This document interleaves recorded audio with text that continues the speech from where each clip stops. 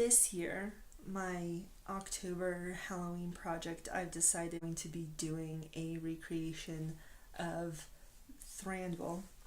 I did the main garment of this back in 2016, I think, but that is going to be part two. This is part one, and I'm going to be working on the outer bits. He has this big cloak cape type thing that he wears. He swirls around in it, being very, very dramatic. I will be working on the cloak cape ceremonial blanket kind of deal. The garment that I will be working on in this video. I saw a Instagram reel. Yes. Once it's washed and dried, you're going to measure the width and make sure that the width of it is as long as you are. But don't have a tape measure, it's fine. This is the easiest thing we've ever made, so you're actually just going to use your body.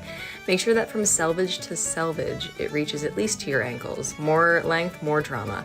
Now we're going to measure the length. We need 2 wingspans. Yes, from fingertip to fingertip. We got 2. We're going to fold the length in half and try to find the middle.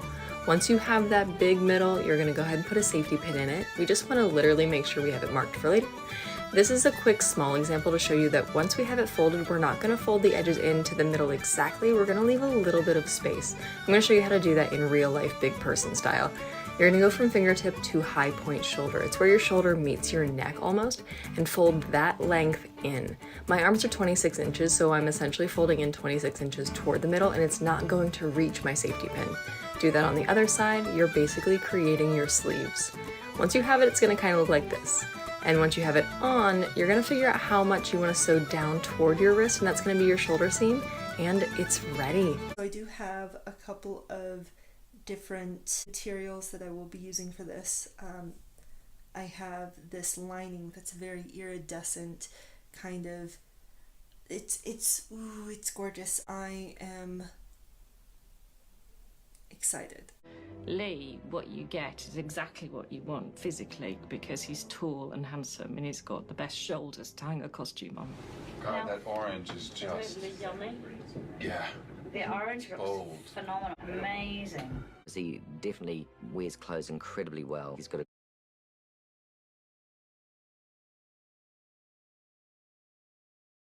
Alright, this is that fabric. Oh my gosh. The one side is more orange, there we go, than the other.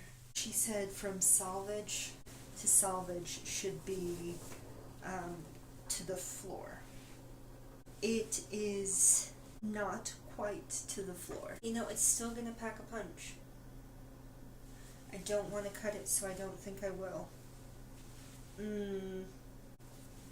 Oh no. Ugh. It's fine. In the video she said fold it in half. This is half. So that right there is halfway.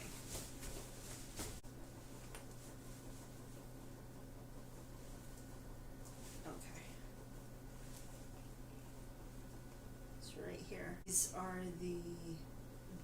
where the shoulders are gonna sit. Maybe a little bit more in, just so that it stays on there good. I'm going to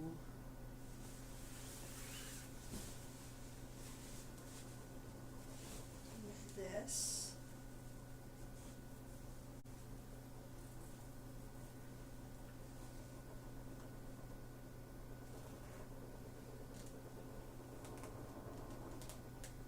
I'm doing the same thing on the other side. That's a good hold, at least for trying it on. So again, this middle bit right here, and then these are the shoulders. So right now it's just gonna look like kind of a duster. Oof. Okay.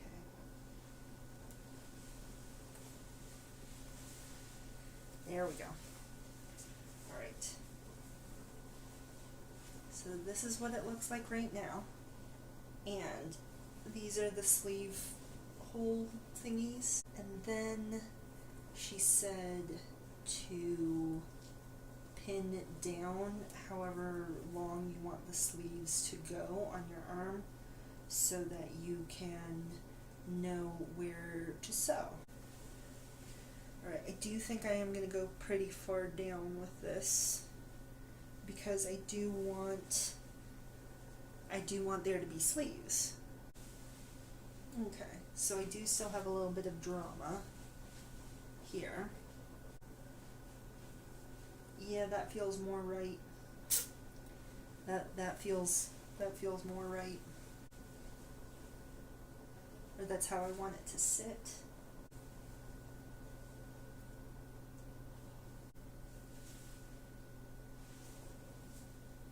Okay, there we go. All pinned together.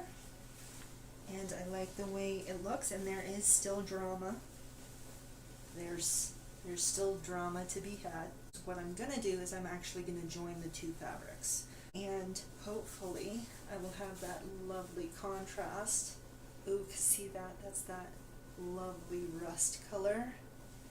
Oh, yeah. And then all of this blue, in theory, all of this more blue toned iridescent color will be underneath the silver, gray, whatever you want to call it. I'm so excited. I'm like irrationally excited about this. You have no idea. So I found the fabric that I was gonna use. It is the right length from selvage to selvage. However, it's not long enough. This is only like, I want to say 3 yards. Different material that I will be using. There's 4 yards here, and ooh, I hope, hold on, I need to,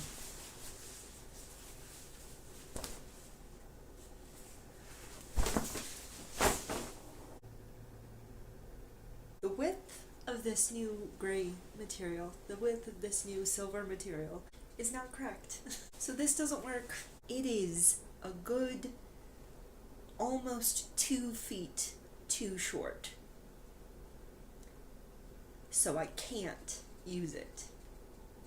Even if I wanted to, because that would mean having to chop off 2 feet almost from the lining, which I do not want to do. In my head, pivoting over to, fine, I'll just use the original fabric that I had, but then I keep having to remind myself that I can't use it because it's a yard short. It's a yard too short lengthwise. This is fine. This is fine.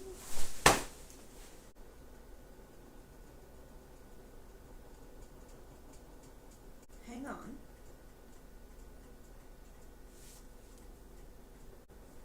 I might have an idea. Ooh, I might have an idea. Okay, so in my head, initially, when I first started planning this outfit thing, I was meaning to do it last year. My initial plan was supposed to be just fantasy in general. And after I had done a couple of Akatar looks, then I had also wanted to do this Thranduil remake. When I started planning it, I bought this rust-colored material, and I had planned to use that as the lining. But then I found this iridescent twill that I will be using for the lining instead. But I have that rust-colored crepe back satin that I do not have plans for. So I'm thinking I will go ahead and do is use some of that and do it as kind of borders along the edges. This is a gorgeous color, but this is the material. So it's gonna add like 12 steps for me. But yeah, this is the right length from selvage to selvage. Oh, I'm just giving myself so much more work. Yeah, problem solved. I have the lining mostly sewn to the main fabric. So for the main fabric, I did the gray with about 1.5 feet of the rust color. I did just do a panel on each side of the gray. Yeah, I'm just gonna sew it together. This has been so tedious. Most of it is very, very long hems. All I have to do is I only gave myself, just so that it would sit higher up here so that it could drape down and be whatever. I gave myself about 4 inches on each side. So this is the middle part. From here, we're gonna measure 4 inches, and we're not gonna sew this until we try it on. All the way at the end, and the first corner here, the first marking, that. Okay, so there to there, I'm gonna go ahead and pin that like so. So I used 2 just to give it a little bit more of a secure pin, partially because this is a lot heavier than just the lining was. These are the 3 spots that I have pinned so far. The middle one will like line up my middle back, like at the nape of my neck, and then these 2 are going to be the joints right here. Needles, and needles are stabby. There we go. Alright, so it is ow. Okay, so we're gonna go at least to where the rust part ends. Minimum, we are going to pin to here. We might pin further. You know what? That actually looks fine. So we're going to go ahead and pin to where the rust part meets the silver, and we'll do that on both sides. Oh yeah, it's so heavy.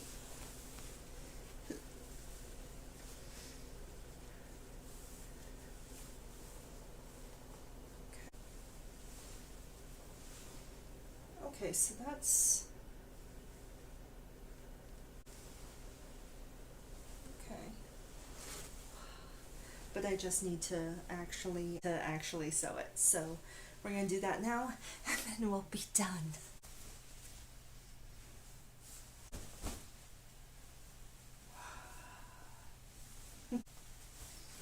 Oh yeah, you can still be super dramatic with this.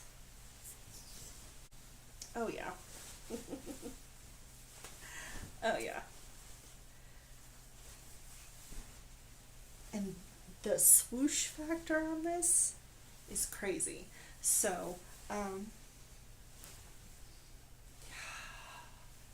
yo, I like it. This is the end of part 1.